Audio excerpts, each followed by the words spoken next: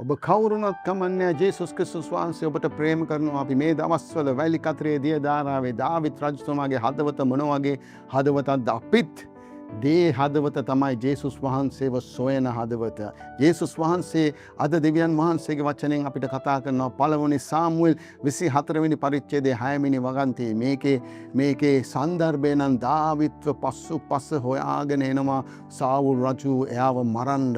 එයා ඈත් වෙලා යනවා. එයා දුවනවා. ඔහු තමාගේ මිනිසුන්ට කතා කොට. ඒ වෙලාවේදී දාවිත් රජුට chance එකක් අවස්ථාවක් හම්බ වෙනවා සාවුල්ව මරන්න.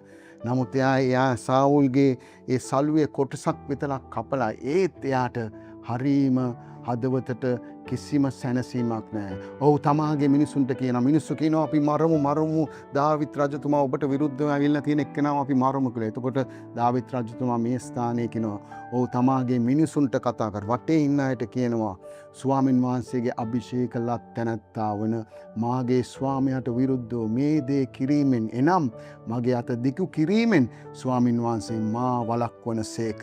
මක් නිසාද ඔහු ස්වාමින් වහන්සේගේ අභිෂේක ලත් තැනැත්තා යයි කීවේය. හදවත දෙවියන් වහන්සේ දිනකදී ආලේපල කරපු කෙනාට ගෞරවය දෙන කෙනෙක්.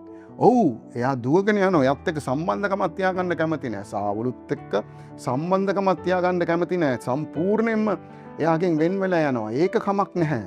නමුත් එයා ඒ අයට අභිෂේකලත් තැනැත්තෙක් කවදා හරි අභිෂේකලත් තැනැත්තෙක් දෙවියන් වහන්සේ ඉදිරියේ ඔහු විරුද්ධව අතක් උස්සන්නේ නැහැ. ඒ චූටි කෑල්ලක් කපපු එක්ට එයා ඒත් පසුතැවිලි වෙනවා. ඒ නිසා අපිත් දෙවියන් වහන්සේ තුල අපට දෙවියන් වහන්සේගේ මාර්ගය පෙන්නපු අභිෂේකලත් එහෙම නැත්නම් ආලේපලත් අයට අපි ගෞරවය කරමු. අපි හැබැයි ඒගොල්ලෝ වැරදි විදිහට යනවා නම් ඒ ඇත්ත එක්ක සම්බන්ධකමක් නැහැ. නමුත් ආත්මික සම්බන්ධකමක් නැහැ. නමුත් අපි ගෞරව කරන්න ඕන ඒ අයට. ඒ තමයි සාවුල් රජතුමා දාවිත් රජතුමාව මරන්න සොයාගෙන ආවා. ඒත් ඔහු පැනලා ගියා විතරයි. ඔයා හැංගිලා ගියා විතරයි. නමුත් ගරු කරා. ඒක තමයි දාවිත් රජතුමාගේ හදවත. ඒක තමයි ජේසුස් ක්‍රිස්තුස් වහන්සේගේ හදවත. අපි ඒ හදවත පසුපස යමු මේ දවස්වල.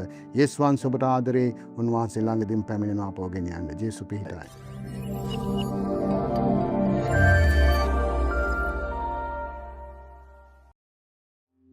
ඔබත් එක්සත් එමීර් රාජ්‍ය තුල වෙසෙන ශ්‍රී ලාංකිකයෙක් නම් පහත දැක්කෙන අංකයට ඇමතීමෙන් ඔබට අප හා සම්බන්ධ විය හැකියි.